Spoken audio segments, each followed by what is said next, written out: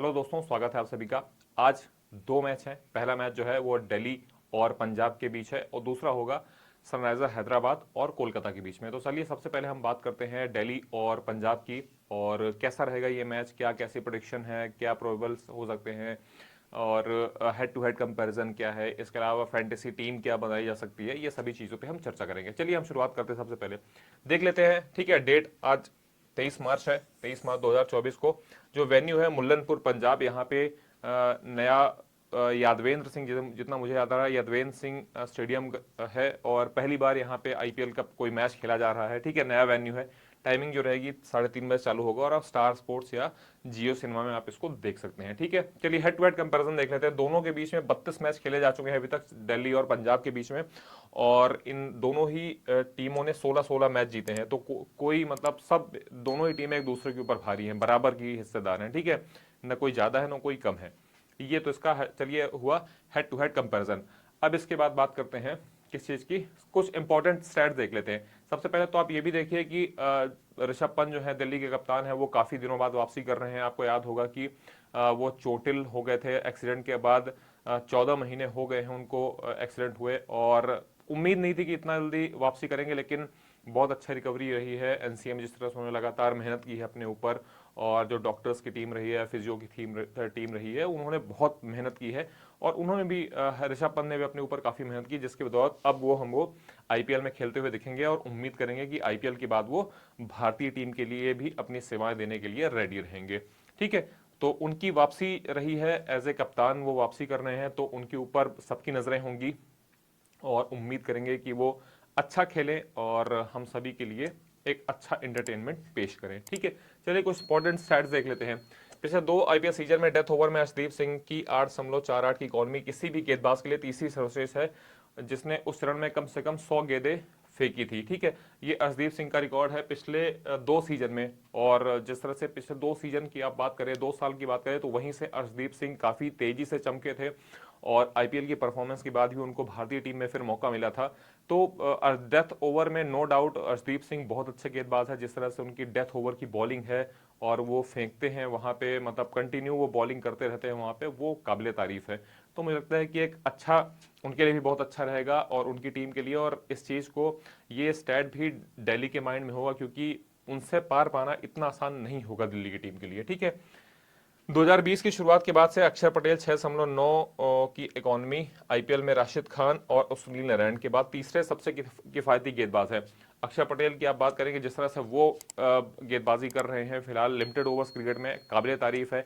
और ये दो गेंदबाज जिस तरह से है, बाकी जो हमने बात की राशिद खान, करामाती खान है, इनके तो कहने क्या है। सुनील नारायण में मिस्ट्री गेंदबाज है, इनको भी इतना आसान नहीं होता है। तो ये तीन आप कह सकते हैं कि जिस तरह से आईपीएल में इनका परफॉर्मेंस रहा है, उनमें से फिलहाल अक्षर पटेल का नाम है। अक्षर पटेल को भी खेलना इतना आसान नहीं होता आम बॉल के साथ, जिस तरह से वो अंदर आता है बॉल और वेरिएशंस है उनके पास, काबिले तारीफ है, ठीक है। सभी टी20 में ईशांत शर्मा ने 31 गेंदों में केवल 36 रन देकर शिखर धवन को 3 बार आउट किया है। तो किसके, ईशांत शर्मा के निशाने पे शिखर धवन तो होंगे, तो शिखर धवन को थोड़ा सा अलर्ट रहना पड़ेगा इस चीज के लिए, ठीक है। हालांकि ये भी मेन बात है कि क्या उनको मौका मिलेगा या नहीं मिलेगा, ये चलिए हम आगे डिस्कस करेंगे ही। खलील अहमद 26 गेंदों में 23 रन, एक आउट के खिलाफ धवन का स्ट्राइक रेट 88। खलील अहमद और ईशांत शर्मा दोनों से ही बच के रहना होगा शिखर धवन को, क्योंकि उनके आंकड़े जो है इतने अच्छे नहीं हैं इन दोनों गेंदबाजों के खिलाफ। डेविड वार्नर ने हर्षल पटेल की 45 गेंदों में 86 रन की पारी खेली और वह भी एक बार भी आउट नहीं हुए हैं। वार्नर का राहुल चहर के खिलाफ भी शानदार रिकॉर्ड है। तो डेविड वार्नर जिस तरह से वो खेले हैं, मतलब सामने वाली जो गेंदबाजी है उनके खिलाफ जिस तरह से टूट पड़े हैं, तो उनको भी इतना आसान नहीं होगा आउट करना, ठीक है। अब इंपॉर्टेंट स्टैट्स के बाद देख लेते हैं क्या है। डीसी की प्रोबेबल प्लेइंग 11 देख लेते हैं, ठीक है। क्या हो सकती है इसमें, कुछ चेंजेस भी हो सकते हैं, ठीक है। डेविड वार्नर रहेंगे, पृथ्वी शॉ, मिचेल मार्श, ऋषभ पंत कप्तान और विकेट कीपर है। जैक फ्रेजर और ट्रिस्टन स्टब्स में से किसी एक को मौका मिल सकता है। अभिषेक पोरेल है, इसके अलावा रुकी भुई या कुमार कुशाग्र झारखंड से आते हैं। इसी साल उनको अच्छे प्राइस में खरीदा है दिल्ली कैपिटल्स ने, देखते हैं कैसा क्या उनको मौका देगी। जैसा कल आपने देखा कि चेन्नई सुपर किंग्स ने समीर रिजवी को मौका दिया था, हालांकि बल्लेबाजी करने का मौका नहीं मिला था, लेकिन समीर रिजवी को उन्होंने चांस दे दिया और डेब्यू करवा ही दिया था। ठीक है, तो इसी तरह देखते हैं शायद कुमार सागर के आईपीएल डेब्यू कल होता है या नहीं होता है। इसके अलावा अक्षर पटेल हैं, ललित यादव हैं, कुलदीप हैं, ईशांत शर्मा और खलील अहमद में से एक है। वहाँ यहाँ पे एक इंपॉर्टेंट स्टैट्स ये भी देखना है कि Khaleel Ahmed will start if captain bowl first, captain bowl first, अगर पहले गेंदबाजी करती है तो खलील अहमद स्टार्ट कर सकते हैं, while Ricky Bhui who could bolster the lower order could come in when they bat, अगर बैटिंग में वो होती है तो रिकी भुई को वहां पे मौका मिल सकता है। तो ये एक इसमें से थोड़ा सा चेंजेस यहाँ पे देखने को मिल सकते हैं। ठीक है, दिल्ली के बाद चलिए बात करते हैं पंजाब किंग्स की। ठीक है, पंजाब किंग्स में कप्तान शिखर धवन है, जॉनी बेयरस्टो है, प्रभसिमरन सिंह है, लियाम लिविंगस्टन, जितेश शर्मा, आशुतोष शर्मा या शशांक सिंह को मौका मिल सकता है इन दोनों में से। सैम करन रहेंगे, राहुल चहर, हरप्रीत बरार, खगीसुर बाडा और हर्षद पटेल। तो ये एक प्रोबेबल प्लेइंग 11 बन सकती है, जितनी हमारी समझ में आ रही है, जितना हम एनालाइज कर रहे हैं उसके अकॉर्डिंग हमको ये लग रहा है कि ये प्लेइंग 11 खेल सकती है। Kings are likely to utilize the same impact player combination as the last year by benching Prabhsimran Singh when they bowl and having one in of their bowling sit out while batting। कहने का मतलब यह है कि प्रभसिमरन सिंह को जो है वो यूटिलाइज कर सकते हैं वो प्लेयर कॉम्बिनेशन के साथ उसमें इम्पैक्ट प्लेयर के रूप में, और कैसे सिचुएशन बनती है उस हिसाब से देखा जाएगा। ये भी कई बार ऐसा भी डिपेंड होता है कि पहले बल्लेबाजी कर रहे हैं या पहले गेंदबाजी कर रहे हैं, उस पर चीजें भी काफी डिपेंड करती हैं। तो इसके हिसाब से ये चेंजेस कराया जा सकता है। बाकी ये प्लेइंग 11 हो सकती है कल, पूरी उम्मीद है, देखते हैं क्या होगा। पिच रिपोर्ट की बात कर लेते हैं।